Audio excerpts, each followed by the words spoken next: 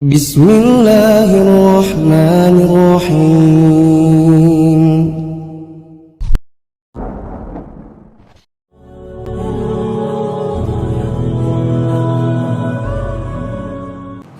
Assalamualaikum warahmatullahi wabarakatuh. Alhamdulillahilladzi hadana li hadza wa ma kunna linahtadiya laula an hadanallah. Asyhadu an la ilaha illallah wahdahu la syarika lah wa asyhadu anna Muhammadan abduhu wa rasuluhu la nabiyya wa la rasula ba'da. Allahumma salli wa sallim ala nabiyyina Muhammadin wa ala alihi wa sahbihi wa man tabi'ahum bi ihsanin ila yaumiddin. Ya ayyuhalladzina amanu taqullaha haqqa tuqatih wa la tamutunna illa wa antum muslimun. Ya ayyuhan nasu taqu rabbakumul ladzi khalaqakum min nafsin wahidah wa khalaqa minha zawjaha wa batha minhuma rijalan katsiran wa nisaa'a wattaqullaha allazi tasaaluna bihi wal arham innallaha kana 'alaikum raqiba. Ya ayyuhalladzina amanu taqullaha wa qulu qawlan sadida yuslih lakum a'malakum wa yaghfir lakum dhunubakum wa man yuti'illaha wa rasulahu faqad faza fawzan 'azima. Amma ba'du. Wa qala Rasulullah sallallahu alaihi wasallam fi khutbatihi fa inna asdaqal hadisi kitabullah wa khairal huda huda Muhammadin sallallahu alaihi wasallam wa syarrul umuri muhdatsatuha wa kullu muhdatsatin bid'ah wa kullu bid'atin dhalalah wa kullu dhalalatin finnar. Allahumma inna nas'aluka ilman nafi'an wa rizqan thayyiban wa amalan mutaqabbala. Allahumma anfa'na bima 'allamtana wa 'allimna ma yanfa'una wa zidna ilma. Alhamdulillah, pertama kita memuji Allah Subhanahu wa taala atas nikmat-nikmat yang Allah curahkan kepada kita, terkhusus nikmat iman, nikmat Islam, nikmat kita beragama di atas tuntunan sunnah Nabi sallallahu alaihi wasallam, serta nikmat di saat ini Allah mudahkan langkah kaki kita untuk menuju majelis yang mulia ini dalam kondisi sehat, memiliki keluangan waktu, dan Allah mudahkan kita untuk melaksanakan amal-amal soleh yang lain, yang semoga Allah jadikan kehadiran kita di tempat ini menjadi pemberat timbangan kita nanti di yaumul qiyamah. Yang kedua, salam dan salawat untuk Nabi kita yang mulia Rasulullah sallallahu alaihi wasallam beserta keluarga beliau, istri-istri beliau, putra-putri beliau, para sahabat serta seluruh kaum muslimin yang menjadi pengikut beliau hingga yaumul qiyamah. Alhamdulillah, kita dipertemukan kembali untuk melanjutkan pembahasan kitab Al-Kabair. Sekarang kita masuk di dosa besar yang ke-23.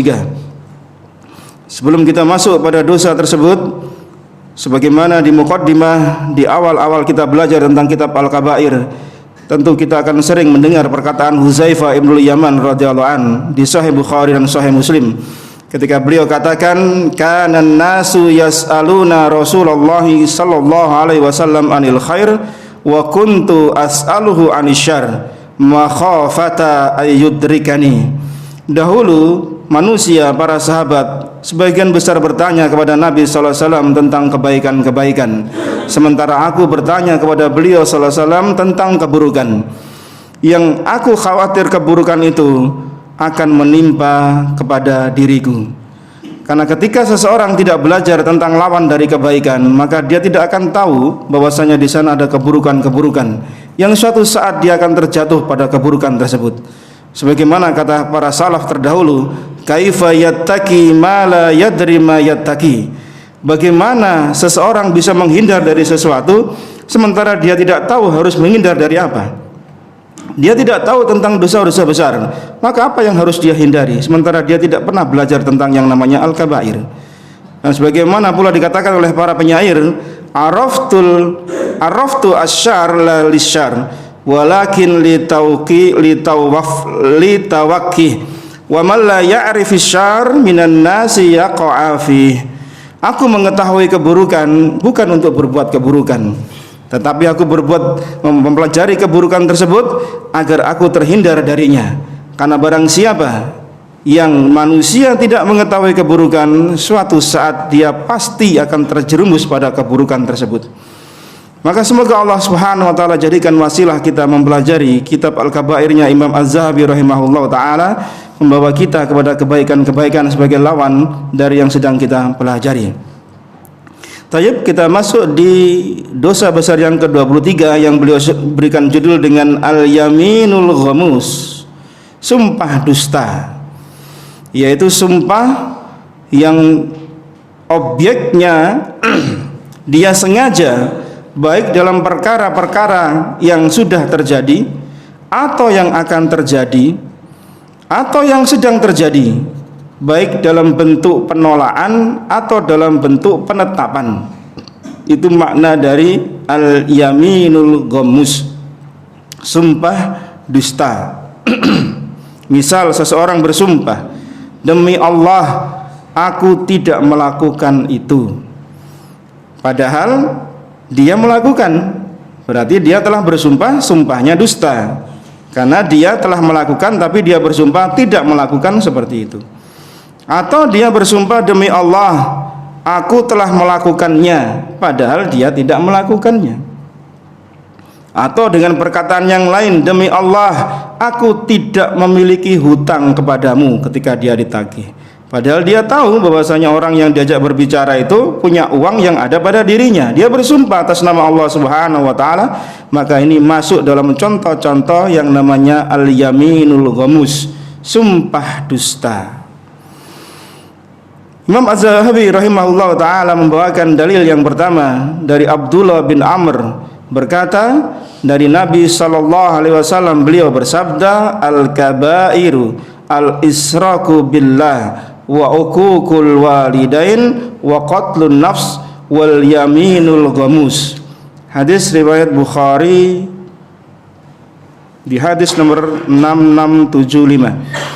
Dosa-dosa besar itu, kata Nabi sallallahu alaihi wasallam, adalah al-israku billah, menyekutukan Allah Subhanahu wa taala. Kemudian wa uququl walidain, durhaka kepada kedua orang tua.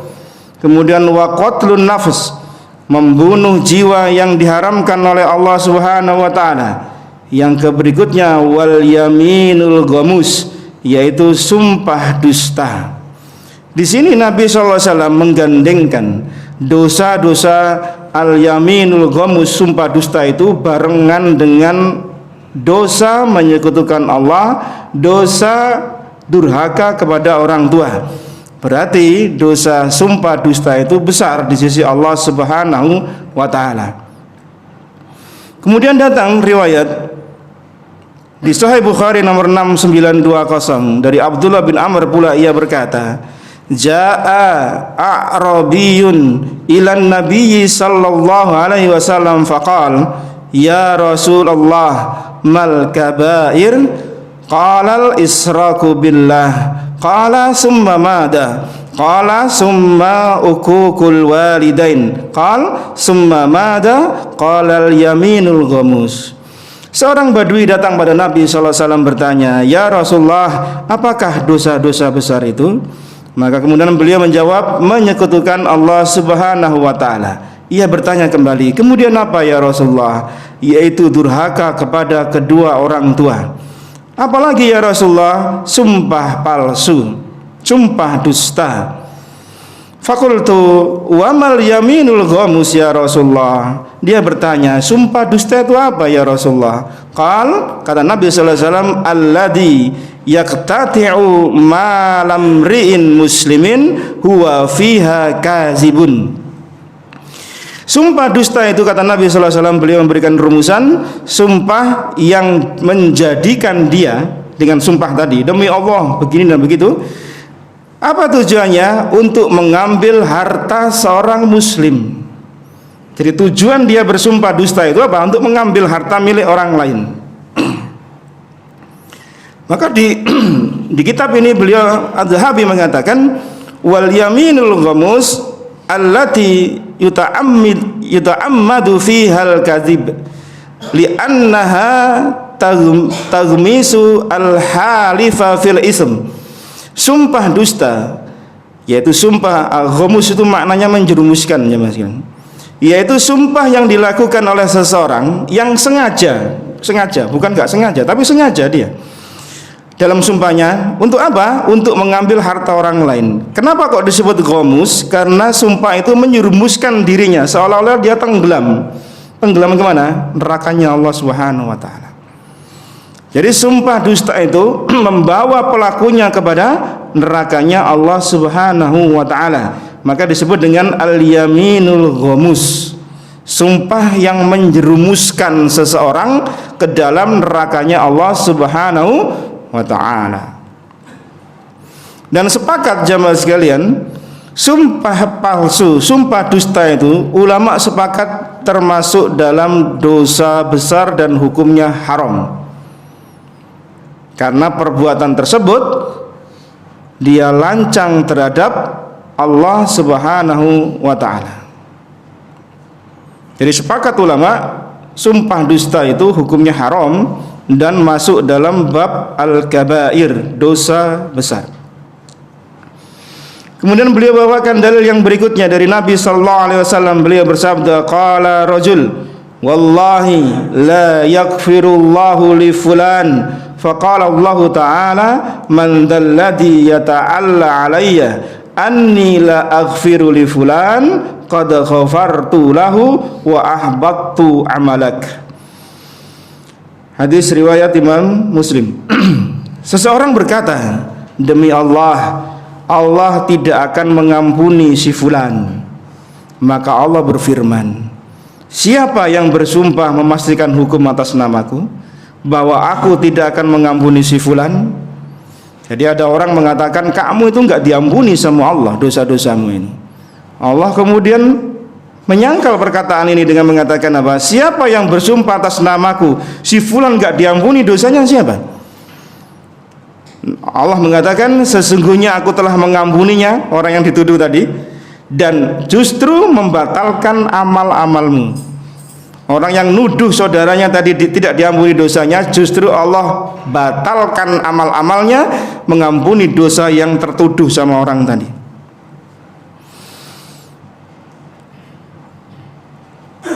Ada hadis yang menjadi penguat dari apa yang disampaikan oleh Imam Az-Zahabi di dalil yang kedua ini. Di Abu Dawud nomor 4902 dengan sanad sahih dari Abu Hurairah radhiyallahu an, beliau mendengar Nabi sallallahu alaihi wasallam bersabda, kana rajulani fi bani Israil mutawakhiyaini fakana ahaduhuma yudniba wal akharu mujtahidun fil ibadati. Dahulu ada dua orang dari Bani Israel yang bersaudara, kakak adik. Salah seorang di antara mereka ini suka berbuat dosa, sementara saudara satunya lagi giat dalam beribadah. Fakana la yazalul mujtahidu yaral akhar ala dzambi fayaqulu aqsir. Orang yang giat beribadah ini, saudaranya yang giat beribadah ini, selalu melihat saudaranya ini berbuat dosa. Kemudian dinasihati ya Mas kan, aksir, berhentilah engkau, jangan teruskan dosamu. Fawajadahu yauman ala danbin faqala lahu aksir.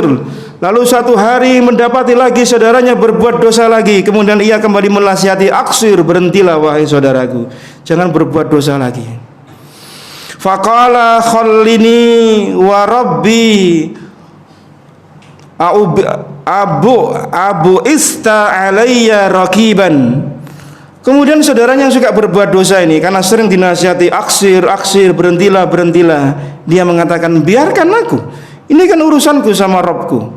Apakah engkau diutus untuk ngawasi aku? Sering dinasihati kan. Kemudian saudaranya ini mengatakan, biarkan, ini urusanku, dosa-dosaku dhewe sing nanggung aku. Apa kamu ini jadi utusan Allah untuk ngawasi saya? Maka kemudian dia mengatakan, saudaranya yang sering nasihat ini, fallah la yaghfirullahu laka aw la yudkhilukallahul jannah. Demi Allah, sungguh Allah tidak mengampuni kamu dan tidak memasukkan kamu ke dalam surga. Saking jengkelnya barangkali ya, dinasihati kok jawabannya kok kayak gitu. Maka kemudian dia mengatakan seperti itu. Faqabada arwahahuma fajtama'a inda rabbil alamin. Kemudian Allah cabut nyawa keduanya dan keduanya berkumpul di sisi Allah Subhanahu wa taala.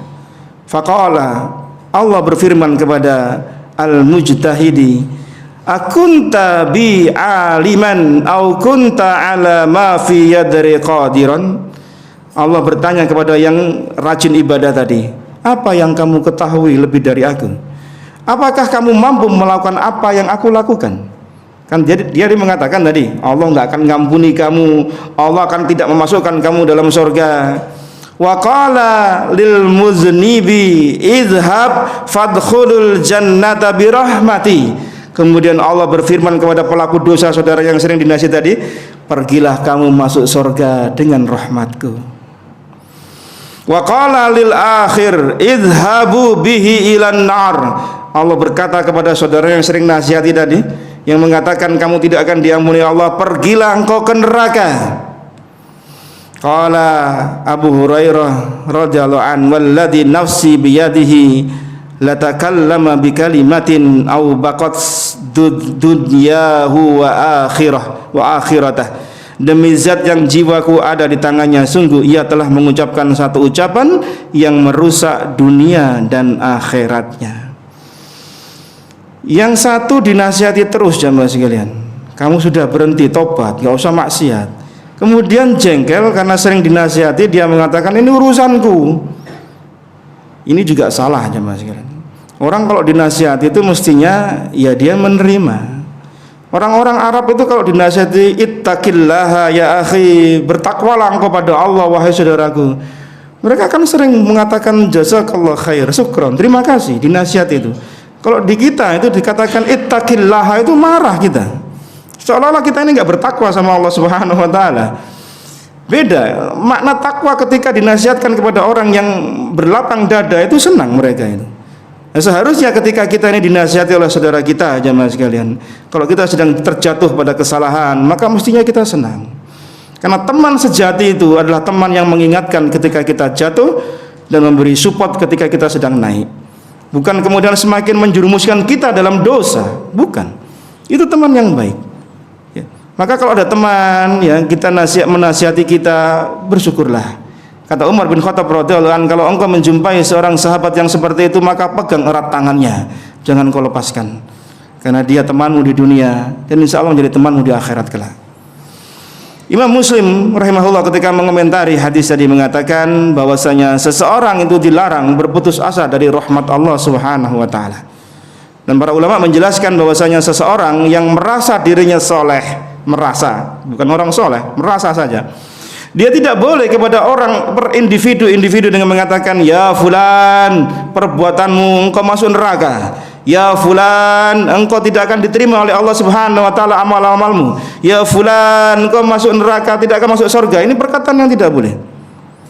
Karena dia telah menjustifikasi seseorang yang surga neraka itu hak prerogatifnya Allah Subhanahu wa taala.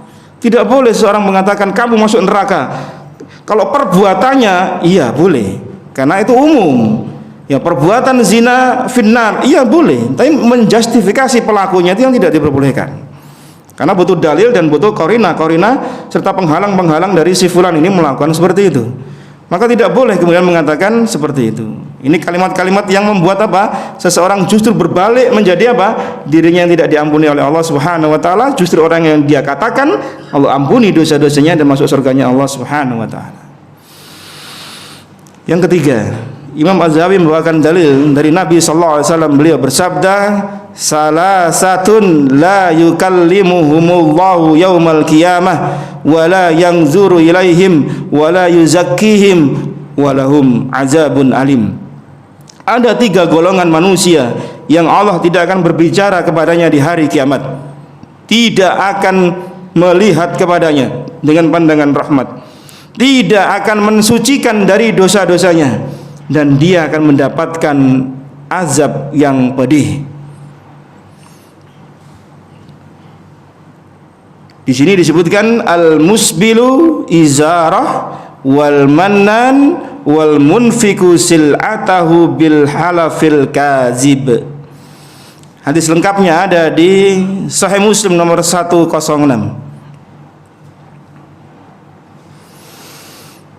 Hadis dari Abu Dzar Al-Ghifari.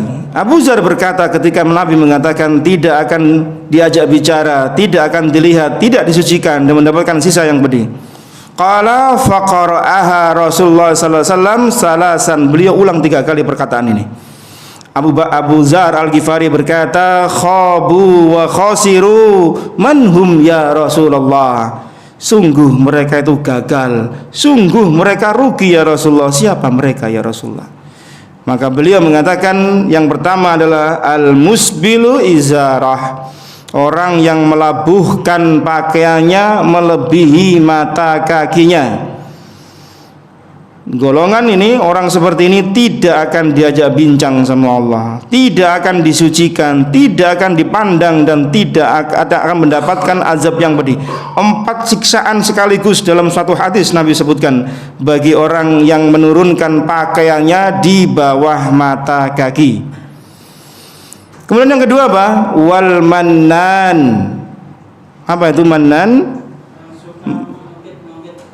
Ya, menyebut-nyebut pemberiannya, riaknya muncul. Wah, dulu kan sudah saya kasih atau dulu disebut-sebut terus. Ya. Kemudian yang berikutnya apa? Wal munfiqu sil'atahu bil halafil kazib, orang yang membuat sumpah palsu untuk melariskan barang dagangannya. Kayaknya pedagang kena ini, kayaknya ini. Pedagang yang online dan offline. Jamaah sekalian yang dimuliakan oleh Allah Subhanahu wa taala, kita ketahui bahwasanya Allah Subhanahu wa taala akan berbicara kepada hamba-hambanya di yaumul qiyamah. Dan pembicaraan Allah Subhanahu wa taala dengan hamba-hambanya itu tanpa ada penerjemah. Jadi Allah berbicara langsung dengan hambanya nanti di yaumul qiyamah tanpa penerjemah, tidak pakai translator ya. Dalam Sahih Bukhari di nomor 6539, di Sahih Muslim nomor 1016, dari sahabat Adi bin Hatim radhiyallahu an, Rasulullah sallallahu alaihi wasallam bersabda, ma minkum min ahadin illa wa sayukallimuhumullahu yaumal qiyamati laisa bainallahi wa bainahu turjumanun. Tidaklah salah seorang di antara kalian diajak bincang sama Allah Subhanahu wa taala di hari kiamat, dan tidak ada penerjemah antara Allah dengan kalian. Nah, ini ada orang yang tidak diajak bincang sama Allah di hari kiamat, tidak dilihat, tidak disucikan, diazab dengan ancaman azab yang pedih. Orang yang menurunkan pakaiannya di bawah mata kaki, musbil, kemudian suka ngungkit-ngungkit pemberian dan bersumpah palsu untuk melariskan barang dagangannya. Ada sebuah ayat dalam Al-Quran di surah Ali Imran ayat yang ke-77 terkait dengan hadis yang dibawakan oleh Imam Az-Zahabi rahimahullah tentang orang yang bersumpah palsu untuk melariskan barang dagangannya. Di Ali Imran ayat ke-77 Allah berfirman, innal ladina yashtaruna bi ahdillahi wa aymanihim samanan qalila ulaika la khalaqa lahum fil akhirah wa la yukallimuhumullahu wa la yanzuru ilaihim yaumal qiyamah wa la yuzakkihim wa lahum azabun alim. Sama maknanya dengan hadis tadi. Sesungguhnya orang yang memperjualbelikan janji Allah dan sumpah-sumpah mereka dengan harga yang qalilan, sangat murah sekali, mereka itu tidak memperoleh bagian di akhirat. Allah tidak menyapanya, Allah tidak melihatnya, Allah tidak akan mensucikan dia, dan Allah akan memberikan azab yang pedih. Sama dengan hadis tadi, yaitu apa? Orang yang menjual agamanya dengan dusta palsu tadi itu dengan harga yang sangat murah. Dia katakan, demi Allah, barang saya ini ori, barang saya ini tinggal satu-satunya, ini nggak ada lagi, ayo siapa yang beli? Masya Allah, padahal di gudangnya bau banyak itu. Karena kalau nggak digitu kan orang nggak beli kan dipikir masih banyak kan, barang ori padahal KW-nya KW 20 itu. Wah, ini dusta kan, dia bersumpah untuk melariskan barang dagangannya. Wahai tujar, wahai para pedagang, jujurlah dalam berjual beli, karena jual beli yang jujur itu akan diberkahi oleh Allah Subhanahu wa taala. Menjadi pedagang itu, jamaah sekalian, itu jalan mulia bagi seorang muslim untuk meraih rezekinya Allah Subhanahu wa taala. Asalkan dia bertakwa pada Allah, asalkan dia jujur, asalkan dia amanah. Kata Nabi sallallahu alaihi wasallam di hadis riwayat Imam Tirmizi nomor 1210, innat tujar yub'asuna yaumal qiyamati fujjaron. Sesungguhnya para pedagang nanti akan dibangkitkan di hari kiamat dalam kondisi dia sebagai seorang fajir, pendosa. Bukankah Allah perintahkan kita ya dengan keberkahan dagangan, berjual beli? Allah haramkan riba, iya. Kecuali kata Nabi sallallahu alaihi wasallam, illa manittaqallah wa barra wa sadaqah. Kecuali pedagang itu adalah orang yang takwa pada Allah, baik dalam berjual beli dan jujur. Baru dia bukan seorang fajir nanti di hari kiamat.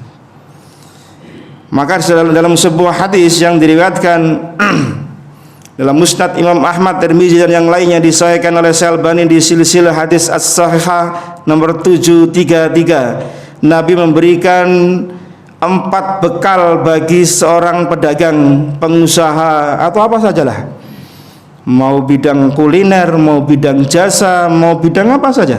Nabi kasih 4 rambu-rambu agar kita menjadi pedagang yang sukses dunia dan akhirat. Arba'un idza kunna fik fala 'alaika ma fataka minad dunya. 4 perkara yang andai ada pada diri kalian tidak akan merugikan kalian hal-hal yang luput dari urusan-urusan dunia. Ini kan orang pedagang ini urusannya dunia masalahnya. Masalah harta, uang, kalau bahasa kita sekarang masalah cuan. Nggak lepas dari itu kan, orang pedagang kok mau sosialnya gimana ya, antum rugi terus ya. Ya pedagang pasti cari untung lah. Maka andai kita terlewatkan dari keuntungan itu dengan 4 modal tadi, insya Allah tidak akan rugi dunia akhirat kita. Apa itu? Kata Nabi sallallahu alaihi wasallam yang pertama yaitu hifdzu amanatin, menjaga amanah. Seorang muslim ketika berdagang, terkhusus karena Nabi sedang berbicara tentang pedagang, dia harus amanah, dia harus memiliki sifat amanah dalam bermuamalah, tidak suka menipu, tidak curang dengan konsumennya, tidak berbuat makar ya. Dia jalankan hak-haknya sesama manusia soal harta, dia tidak mengabaikan hak-haknya orang, maka insya Allah dia akan menjadi seorang pedagang yang sukses. Karena Nabi perintahkan di Abu Dawud nomor 3535, adzil amanata ila man i'tamanak wa la tahnu man khanak. Tunaikan amanah orang yang memberikan amanah kepadamu, dan jangan khianati orang yang mengkhianatimu. Kalau kita dikasih amanah sebagai seorang pedagang, dititipi barang dan seterusnya, mungkin bahasa kita jadi apa itu, reseller dan ya macam-macam lah itu. Amanah pedagang itu kalau nggak amanah antum jatuh. Sekali nggak amanah, orang sudah kasih blacklist kita. Betul. Di bidang apapun. Karena kita sedang bicara tentang pedagang, maka pedagang kalau nggak amanah sudah habis, di mata orang lain akan habis kita, nggak akan dipercaya selama-lamanya. Dan jangan balik mengkhianati orang yang mengkhianati kita. Jangan pakai kaidah al-jaza' min jinsil amal. Dia khianati kita tak balas khianati. Jangan keburukan dibalas dengan keburukan pula. Keburukan balas dengan akhlakul karimah. Ya, antum jangan menjadi orang yang lebih buruk daripada dia. Buruk dibalas buruk, sama pepuk podo eleke. Balas dengan akhlakul karimah. Maka jangan dikhianati orang yang mengkhianati kita. Maka menjadi seorang pedagang yang pertama dia harus menjaga amanah. Yang kedua kata Nabi sallallahu alaihi wasallam wasidqu hadis, jujur dalam berucap. Seorang pedagang dia harus jujur, tidak boleh bohong. Tidak boleh untuk melariskan barang dagangan dia ya mengelabui spek barang yang dia jual hingga kemudian konsumen tertipu dengan ucapan kita. Tidak boleh. Apa kata Nabi sallallahu alaihi wasallam? Iyyakum wal kadzib. Berhati-hatilah kalian dalam berkata, jangan dusta. Fa innal kadzib yahdi ilal fujur wal fujur yahdi ilan nar. Karena dusta itu membawa kepada keburukan, keburukan membawa pada nerakanya Allah Subhanahu wa taala. Pangkal neraka itu karena enggak jujur, jemaah sekalian. Jadi pedagang jangan sekali-kali antum enggak jujur. Habis kita. Sudah enggak amanah, enggak jujur lagi. Waduh, barang sebagus apapun yang kita promokan, yang kita punya, yang kita jual enggak akan laku, jemaah sekalian. Orang lebih mending cari di orang non muslim yang jujur. Kacek-kacek sidik enggak apa-apa. Maka sebagai seorang pedagang saya ingatkan, jujurlah dalam berkata. Jangan suka nyelisih janji, jaga amanah, betul jaga amanah. Pak, besok saya kirim ya barangnya. Enggak ngasih kabar terlambat, enggak ngasih uzur, datang sepekan yang akan datang. Padahal barangnya itu barang yang habis dibuang. Kalau enggak basi besoknya. Nah ini kan enggak amanah kita aja. Kalau sudah berjanji, tepati janji. Karena pedagang itu kuncinya di amanah sama janji. Antum enggak amanah, habis kita, betul habis. Karena di luar sana banyak orang-orang yang amanah. Terkhusus terlebih orang-orang non muslim itu ya dalam sebuah etnis itu masya Allah, nggak punya agama Islam, tapi jujurnya itu kuat mereka. Sehingga sukses untuk urusan dunia, sukses betul. Yang ketiga, seorang pedagang itu kata Nabi sallallahu alaihi wasallam harus memiliki sifat wa husnu khaliqatin, akhlak yang baik. Seorang pedagang itu harus punya attitude yang baik. Ya. Ada kan pedagang itu kadang kalau sudah berkecimpung berinteraksi dengan konsumennya kadang mukanya masam gitu ya. Yang mau beli juga wegah itu. Pedagangnya kok cemberut ya. Gak tanggal 6, gak tanggal tua, wajahnya podo dilipet-lipet gitu. Kan gak nyenengkan orang gitu loh. Coba antum kalau beli ya di barang yang sama. Saya kemarin lewat di Mulyosari itu. Di deretan ITS itu. Jalan Kembar itu. Kalau antum pulang dari arah sana mau pulang ke Surabaya, pernah ada yang lewat sana? Apa yang di pinggir jalan itu apa yang banyak jual? Kalau antum pernah lewat sana berarti bisa nyebutkan. Kalau enggak berarti antum bohong. Apa yang banyak jual? Berarti pernah ke sana. Terang bulan jadul jejer jemaah sekalian. Sama semua barangnya. Ada yang kemasannya tuh packingnya, boxnya itu bagus, ada yang salah kadarnya gitulah. Yang jual kadang nyelentru karena siang-siang nggak ada yang beli barangkali. Tapi ada yang sumringah. Orang saya lihat itu yang beli itu, ya cari yang sumringah gitu tuh. Terutama yang wanita yang jual. Tidak tahu ya, karena bukan membedakan gender bukan, tapi kayaknya nih kalau perempuan kayaknya lebih enak untuk didatangi gitu barangkali ya. Senyum mas, beli apa? Itu kan enak toh ya. Beli apa mas? Lah itu kan gak enak gitu loh. Makanya kadang ada sebagian orang itu lebih senang pergi ke warkop daripada di rumahnya kalau ngopi. Ustadznya kok tahu? Saya nggak pernah ngopi loh ya. Tanya Mas Heri, saya nggak pernah ngopi soalnya. Beli apa mas? Oh masya Allah, tuh mbak-mbaknya di warkop itu ramah-ramah. Di rumah, gawe dewe gitu. Kopi sebelah kono, gawe dewe iso. LPG karek nyetek masuk gak iso. Ya kapan kita betah sama kayak penjual kayak gitu ya? Nah ini gambaran jemaah sekalian. Menjadi seorang pedagang itu kalau antum punya attitude baik, orang itu seneng gitu loh. Hatta yang kita jual itu remeh temeh kata orang Malaysia. Tapi kita punya attitude dalam melayani, profesional dalam melayani gitu loh. Walaupun barangnya dijual tuh sampai gitu-gitu tuh aja. Tapi antum punya profesionalitas. Senyum sapa. Antum di BUMN yang plat merah-merah itu, oh, selamat siang Pak. Oh, terima kasih. Hati-hati di jalan. Pernah kan antum bukaan pintu, selamat pagi Pak, selamat siang, hati-hati di jalan, hati-hati. Oh, kayak ramai gitu loh. Nah, kita kalau jadi pedagang ya gitu mestinya sama sekali. Ya. Nah, yang keempat, seorang pedagang yang ingin sukses dunia akhiratnya, kata Nabi sallallahu alaihi wasallam, wa iffatun fi tu'mah, yaitu memiliki ifah, menjaga ifah pada makanannya. Pedagang itu kalau ingin sukses berkah hasilnya, maka jaga makanannya. Jangan sampai yang masuk ke tubuh kita, tubuh istri anak kita, berasal dari hal yang Allah haramkan. Tidak akan berkah ya mas. Kullu lahmin nabata min sukhtin fannaru aula bih. Tirmizi nomor 616. Setiap daging yang tumbuh dari yang Allah haramkan, maka neraka layak bagi tubuh tersebut. Maka jaga betul makanan yang masuk ke tubuh kita, agar jangan sampai kemudian menjadi nokta-nokta hitam di hati kita, hingga kemudian kita sulit untuk melaksanakan ketaatan pada Allah Subhanahu wa taala. Dosa maksiat itu dampaknya itu puluhan ya mas. Imam Ibnul Qayyim di kitabnya Ad-Da'wah itu beliau bikin di bab yang kedua, itu dampak dari maksiat itu puluhan, ada 51 kalau enggak salah, 51 dampak maksiat, baik dunia maupun akhirat, baik tubuh kita maupun sekitar kita. Itu dampaknya 51 dampak dari dosa yang kita perbuat. Maka sebagai seorang pedagang, jangan hanya karena ingin kejar untung kemudian tidak lagi memperhatikan mana halal mana haram. Karena nanti di hari menjelang hari kiamat, kata Nabi sallallahu alaihi wasallam, orang tidak lagi memperdulikan au halalin au haramin, mana haram mana halal, semua diembat. Yang penting pulang istri senang, anak-anak bahagia.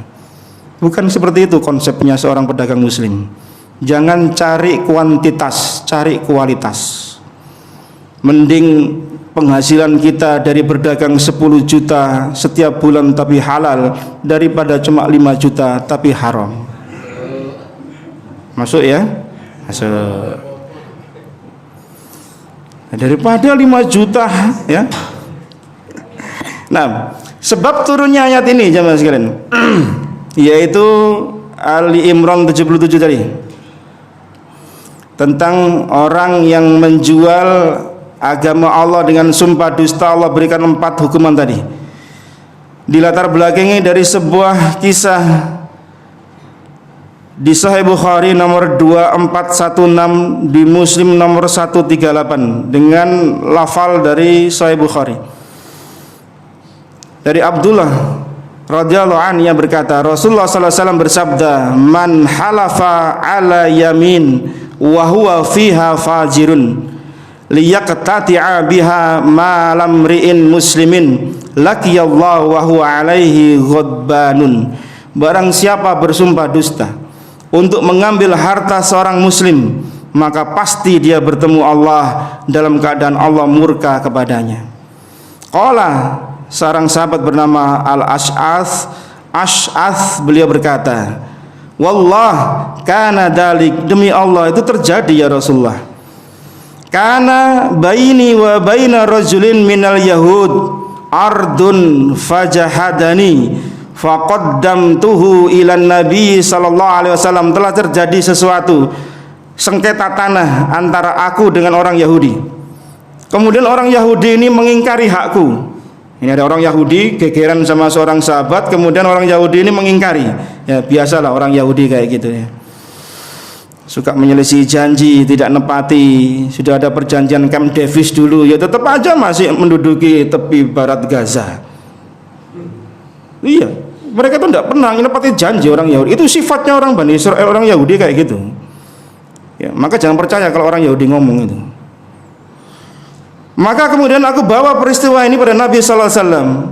Faqala li, Rasulullah sallallahu alaihi wasallam, Rasulullah berkata padaku, alaka bayyanatun? Qultu la. Ya, kamu punya bukti enggak kalau isi Yahudi tadi itu nyaplok tanahmu atau sedang dia mendolimi dirimu? Enggak punya ya Rasulullah, saya enggak punya bukti ya. Nah, gimana ini? Sahabat punya hak didolimi sama orang Yahudi, dia enggak punya bukti. Qala faqala lil yahudi ahlif. Nabi berkata pada si Yahudi, bersumpahlah. Karena kaidahnya jemaah sekalian, orang yang tertuduh itu harus bersumpah, yang menuduh harus bawa bukti. Ya, antum nuduh orang lain, kamu belum bayar hutang lo ya, antum harus bawa bukti. Ini loh buktinya, tanggal sekian ceritanya antum belum bayar. Yang tertuduh dia ngaku sudah bayar hutang, dia harus bersumpah, demi Allah saya sudah bayar hutang. Nah, jadi yang menuduh itu membawa bukti, yang tertuduh bersumpah, itu kaidahnya kayak gitu. Maka kemudian si Yahudi bersumpah, faqala qultu, aku berkata pada Rasulullah sallallahu alaihi wasallam, ya Rasulullah, idza yahlifa wa yadhhaba bimali. Ya Rasulullah, kalau dia bersumpah, dia pergi membawa harta saya, wong saya nggak punya bukti. Kan kalau dia nggak membawa bukti kan kalah, karena yang dituduh membawa bukti, membawa sumpah. Nabi akan memenangkan yang membawa sumpah, karena yang menuduh nggak punya bukti. Paham ya maksudnya ya? Ya. Maka kemudian orang ini mengatakan, ya Rasulullah, dia pergi bawa harta saya, berarti lan. Fa anzalallahu ta'ala, Allah turunkan Ali Imran ayat 77 tadi. Yaitu barang siapa yang menukar janji Allah, sumpah-sumpah dusta dengan harga dunia yang sangat kecil, Allah berikan 4 ancaman tadi. Itu asbabun nuzul turunnya ayat tadi. Dalam satu riwayat. Kalau di sini disebutkan harta seorang muslim, bersumpah dusta, tujuannya ngambil harta orang muslim. Gimana kalau yang diambil harta bukan orang muslim? Demi Allah, itu harta saya, ya Nasara. Lagi sengketa kita sama orang Nasara, kita bersumpah dusta, kita ambil hartanya orang Nasara, kita bersumpah. Kena dalil ini enggak? Kena enggak? Kan disebut muslim tadi. Kan dia bukan muslim, berarti boleh dong kita bersumpah atas nama Allah, kita ambil harta dia. Kata para ilmu ulama, harta seorang muslim itu tidak menafikan harta selain muslim. Hartanya orang kafir zimmi, ya, kemudian kita ambil hartanya dengan cara kita bersumpah dusta, terkena ayat tadi. Cuma kadar dosanya berbeda kalau yang didolimi sumpah dusta tadi seorang muslim. Tapi bukan berarti kemudian kalau bukan orang muslim boleh didustai gitu loh, bukan. Pak enak lah aneh. Banyak itu para asing-asing itu ya, kita dustai, demi Allah itu harta saya. Wah, antum lah dapat harta banyak lah. Tidak boleh. Kesimpulannya tidak boleh bersumpah dusta untuk ngambil harta, baik dia muslim maupun dia orang kafir. Terkhusus kafir zimmi.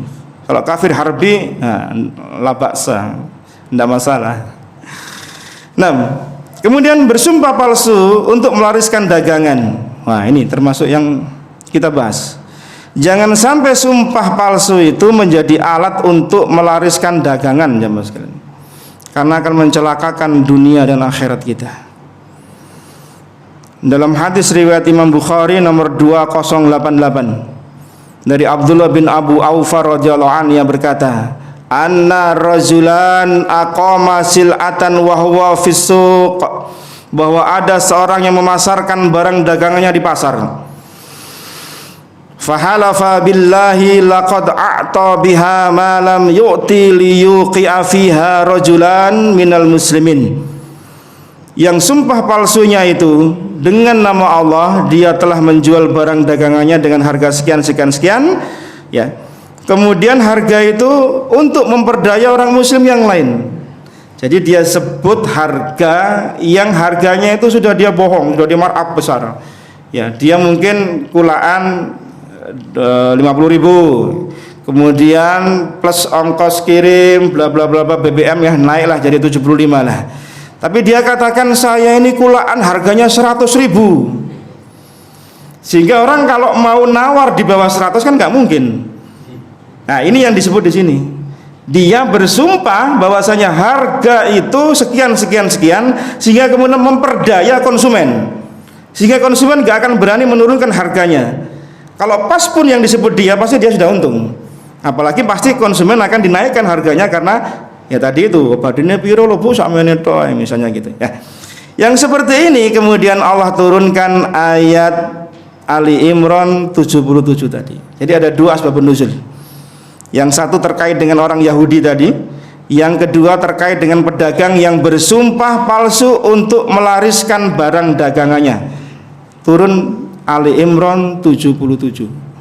Jadi tidak boleh ya Mas kan, melariskan barang dagangan itu dengan sumpah palsu. Tidak boleh. Lah bagaimana kalau misalnya sumpahnya beneran? Bener barangnya ada kayak gitu. Harganya memang seperti itu, speknya memang seperti itu, kualitasnya memang seperti itu. Boleh nggak kita bersumpah untuk mewariskan dagangan kita? Bener kok, saya sumpahnya jujur, saya nggak dusta. Sumpah saya bener, demi Allah barangnya bagus ini Bu, demi Allah ini bagus barang saya ini. Boleh nggak? Siapanya? Boleh apa enggak? Ya boleh. Tapi nah, ada tapinya. Di Sahih Bukhari nomor 2087, di Muslim nomor 1606. Kata Nabi sallallahu alaihi wasallam, al-halifu munafiqatun lisil'ati mumhiqatun lil barakati. Sumpah itu bisa melariskan barang dagangan. Betul jangan. Orang bersumpah itu bisa melariskan dagangan. Antum diem-diem aja itu, yuk gak laris kadang-kadang. Demi Allah ini banyak yang beli ini. Kemarin itu si A borong 20 piece, yang si B supaya apa? Oh barangnya laris anjene wong iki. Kemarin ada yang pesan ya kue saya, roti saya untuk acara hajatan ini, di saya pesannya. Demi Allah. Orang akan terframing, wah barang orang ini bagus, yang pesan banyak, si A, si B, si C. Bener tapi dia sumpahnya beneran. Maka bisa mewariskan dagangan memang. Tetapi kata Nabi sallallahu alaihi wasallam, menghilangkan keberkahan. Bener bisa melariskan, tapi keberkahan barang dagangan kita hilang. Antum pilih mana?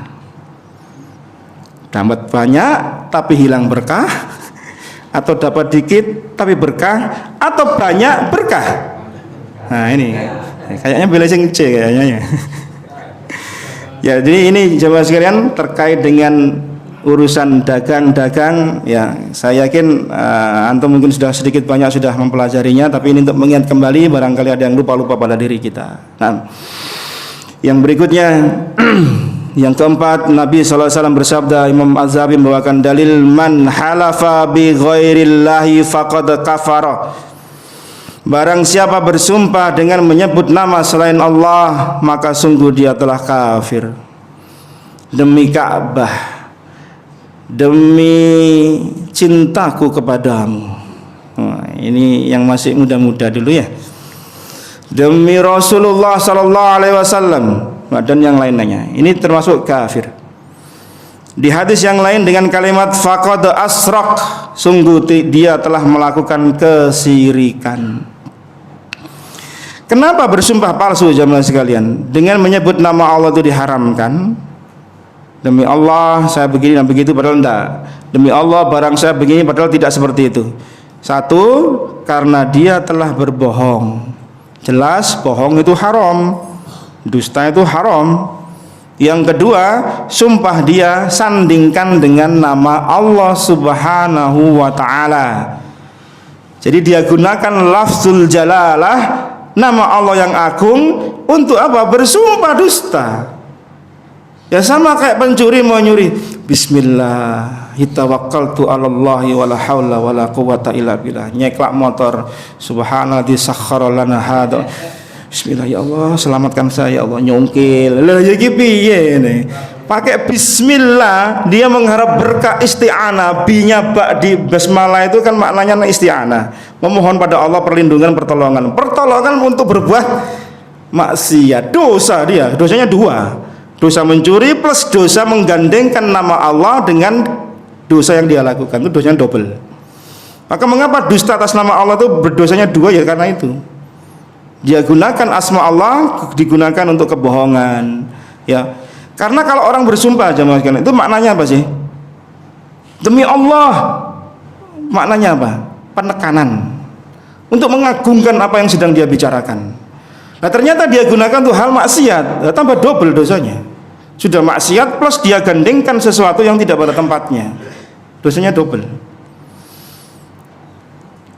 Nah, yang kelima, Imam Az-Zahabi membawakan dari Rasulullah sallallahu alaihi wasallam bersabda, "Man halafa ala yamini liyaqta'a biha malan malam muslim, laqiyallahu wa huwa alaihi ghadbanun qila wa in kana syai'an yasira qala wa in kana qadiban min arak."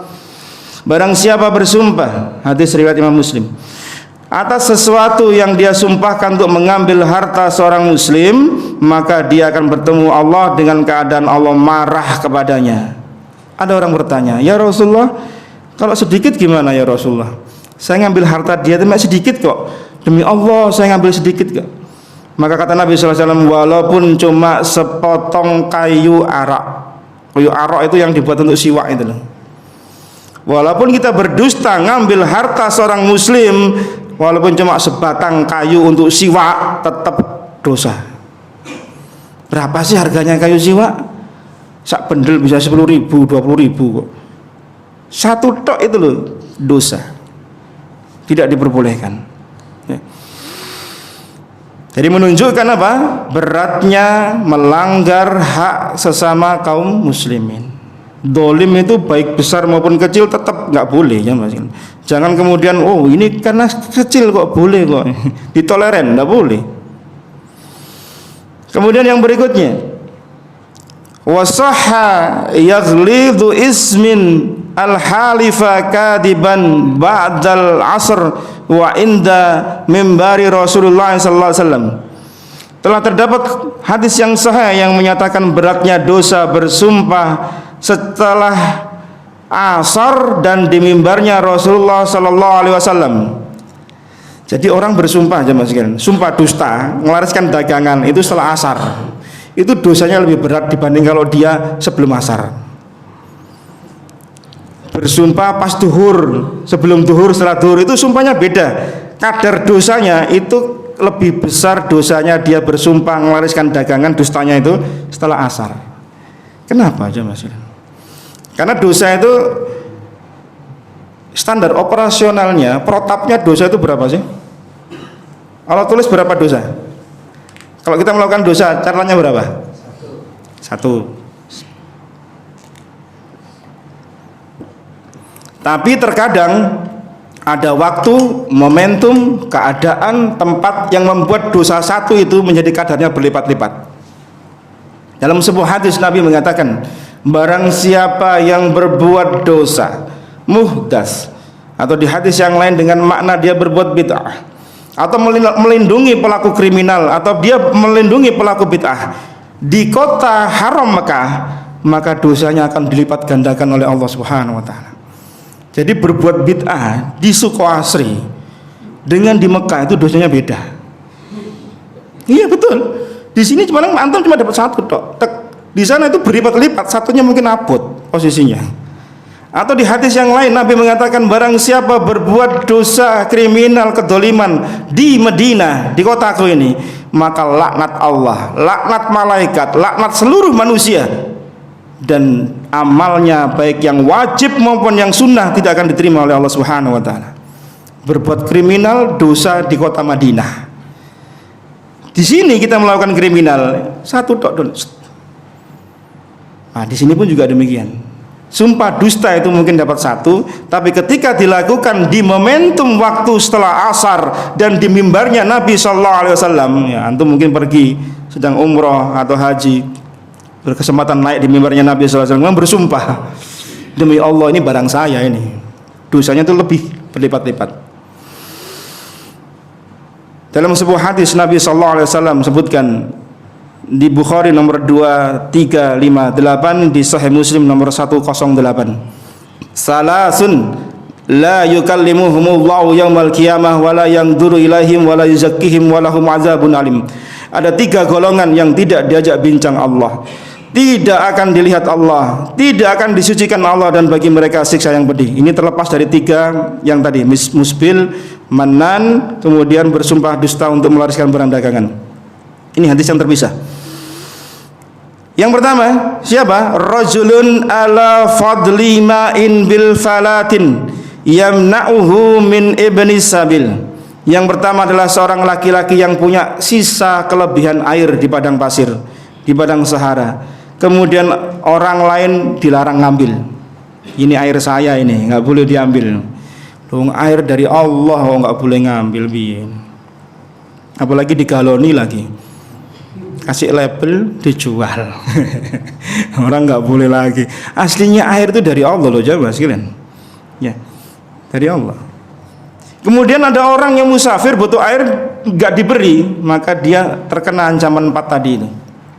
Yang kedua, warajulun baya'a rajulan bisil'atin ba'dal 'asr fahalafa lahu billahi la akhadaha bikada wa kada fasaddaqahu wa huwa ala ghairi dalik. Yang kedua yaitu laki-laki yang menjual barang dagangannya setelah asar. Wah, kena pedagang lagi ini. Dan dia bersumpah atas nama Allah Subhanahu wa taala bahwasanya modal dia beli sekian sekian sekian, hingga kemudian pembeli percaya, padahal tidak seperti itu. Sumpahnya pas habis asar, jemaah sekalian. Ada rahasianya kenapa kok habis asar kok kena hukuman lebih berat. Yang ketiga, warajulun baya'a imaman la yubayi'uhu illa lidunya fa inna a'tahu minha wafa wa in lam yu'tihi minha lam yafi. Yang ketiga, seorang laki-laki yang membaiat pemimpin, yang tujuan membaiatnya itu untuk urusan dunia. Jika pemimpin memberinya, maka ia penuhi janji, kalau tidak maka dia tidak penuhi janjinya. Jadi membaiat pemimpin itu urusannya dunia. Kalau diberi jabatan, ya dia sami'na wa ta'na. Kalau disingkirkan, ya sami'na wa asoyna, gitu ya. Kenapa jemaah sekalian? Kok bersumpah habis asar itu kok kena hukuman kok berat? Beda dengan bersumpah sebelum asar atau pas zuhur atau pagi. Karena orang ini menunjukkan hausnya, rakusnya terhadap dunia sangat. Karena biasanya orang kalau jualan lapaknya akan siap-siap tutup, buka, closingnya itu habis asar. Supaya laris barang dagangannya, wis jam wayamene gak payu-payu, bersumpah dusta. Jadi seolah-olah dia ini apa? Kemaruk dunia. Beda dengan orang yang jualannya sebelum asar tadi. Karena orang masih banyak bertransaksi. Kalau sudah lewat itu biasanya orang sudah pegah. Apalagi di pasar biasanya sudah mau tutup. Ya, maka dia bersumpah supaya laris berdagangannya, maka dia kena dosa tadi itu. Yang berikutnya yang ketujuh, Rasulullah sallallahu alaihi wasallam bersabda, "Man halafa minkum faqala fi halifihi billata wal uzza falyakul la ilaha illallah." Barang siapa bersumpah lalu sumpahnya dia mengatakan demi Lata, demi Uzza. Para sahabat dulu jamaah sekalian itu terbiasa mengucapkan seperti itu karena mereka ucapannya ya kayak gitu, itu ucapan spontanitas. Maka apa? Kata Nabi kafaratnya, hendaklah dia mengucapkan la ilaha illallah. Kafarat dari mengucapkan sumpah tidak selain Allah, maka kafaratnya mengucapkan la ilaha illallah, itu kafaratnya. Hadis riwayat Imam Bukhari dan Imam Muslim. Kata Imam Az-Zahabi rahimahullah, wa kana minas sahabati radhiyallahu anhum man huwa hadisu ahdin bil halfi biha farubbama sabaqahu lisanuhu ilal halfi biha falyubadir biqauli la ilaha illallah. Di antara para sahabat Nabi ada yang baru masuk Islam dan sumpah itu menjadi kebiasaan bagi mereka. Itu biasa, kayak orang latah itu loh jamaah sekalian. Para sahabat itu kalau terjadi sesuatu langsung demi Lata, demi Uzza, itu otomatis karena wis kebiasaan. Dan barangkali ucapan mereka tidak sengaja dengan sumpahnya, ucapannya mendahului otaknya. Ya, orang latah itu kan ucapannya mendahului otaknya. Padahal yang dimau bukan itu. Maka yang seperti ini Nabi perintahkan orang itu untuk mengucapkan la ilaha illallah, itu akan menggugurkan dosa ketidaksengajaan dia bersumpah atas nama selain Allah Subhanahu wa taala. Di akhir hadis Imam Ad-Dawi membawakan dalil la yahlifu abdun inda hadal mimbari ala yaminin asimatin walau ala siwakin radbin illa wajabat lahun nar. Tidaklah seorang hamba bersumpah di mimbar ini, di mimbarnya Nabi SAW, dengan sumpah yang mengandung dosa, sumpah dusta, untuk mengambil harta orang lain, walaupun sebiji siwak basah, pasti dia mendapatkan neraka. Kalau ada orang bersumpah aja sekalian, kemudian dia langgar sumpahnya, demi Allah saya akan seperti ini dan itu, tapi ternyata dia langgar, adakah kafaratnya? Orang yang melanggar sumpah yang sudah ucapkan, saya bersumpah nanti setelah ujian saya mau puasa sunnah 3 hari, kemudian qadarullah dia nggak kuat puasa, dilanggar kan dia. Nah, ada kafaratnya enggak? Ada. Al-Quran di surah Al-Ma'idah ayat 89, itu kafarat bagi sumpah yang diucapkan yang kemudian dilanggar. Saya akan begini tapi ternyata tidak dilakukan, maka dia harus membayar kafaratnya, dan kafaratnya adalah berurutan. Yang pertama Allah sebutkan apa di Al-Ma'idah itu? Fakaffaratuhu it'amu asyaratin masakina min awsati ma tut'imuna ahlikum, memberi makan 10 orang miskin yang makanan itu siap saji lengkap sak lauk pauknya, yang diberikan biasa untuk ahlimu. Keluarga kita biasanya makan apa? Ya itulah yang kita berikan untuk 10 orang miskin untuk ganti kafarat sumpah yang kita langgar. Ya, cari orang miskin 10 orang, kasih makan dia sama kayak makanan setara dengan yang biasa kita makan. Keluarga kita biasa makan nasi kebuli, ya kasih 10 orang miskin nasi kebuli. Jangan dikasih nasi karak. Mereka, kita juga nggak suka makan gitu kok dikasihkan orang lain. Yang kedua, kalau kita nggak bisa ngasih makan, au kiswatuhum, ngasih 10 pakaian yang layak pakai. Imam Malik dan Imam Ahmad berpendapat pakaian itu yang biasa dipakai untuk sholat. Imam Malik, Imam Ahmad berpendapat 10 pakaian untuk orang miskin itu adalah pakaian yang biasa kita pakai sholat. Kalau normalnya ya sarung, baju koko, peci untuk 10 orang.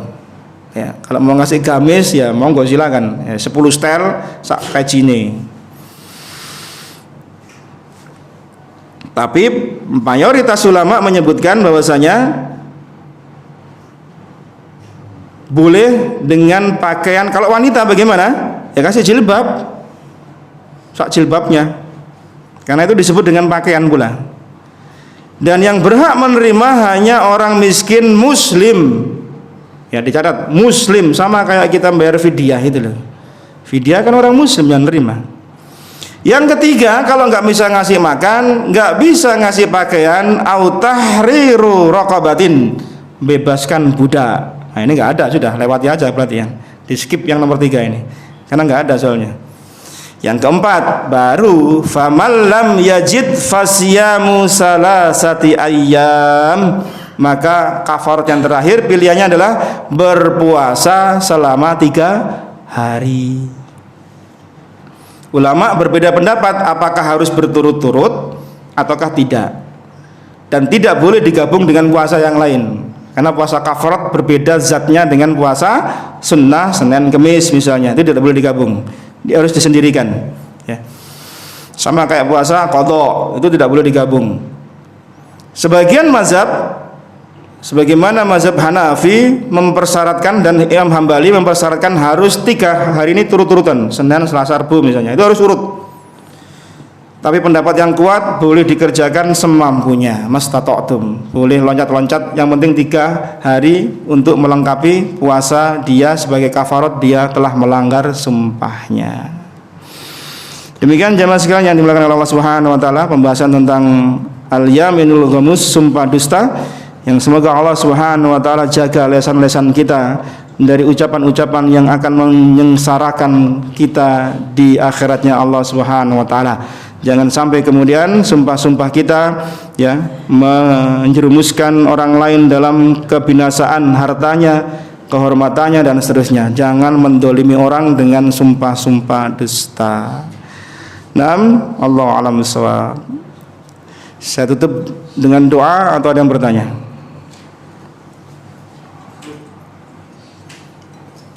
Enggak ada yang bertanya? Baik. Semoga Allah Subhanahu wa taala jaga kita untuk senantiasa istiqomah di jalan Allah Subhanahu wa taala. Dan semoga Allah Subhanahu wa taala memberikan keberkahan rezeki yang kita peroleh dengan rezeki yang halalan thayyiban mubarak. Semoga Allah tabarak wa taala meluaskan rezeki kita. Allah jadikan keluarga kita keluarga yang sakinah mawaddah warahmah. Anak-anak kita menjadi anak-anak yang saleh dan salehah. Semoga Allah ampuni dosa kita, dosa kedua orang tua kita dan dosa seluruh kaum muslimin. Dan semoga Allah Subhanahu wa taala kumpulkan kita semua di jannahnya Allah Subhanahu wa taala. Kita akhiri dengan doa subhanakallahumma bihamdik asyhadu an la ilaha illa anta astaghfiruka wa atubu ilaik. Wa sallallahu ala nabiyyina Muhammadin walhamdulillahi rabbil alamin. Assalamualaikum warahmatullahi wabarakatuh.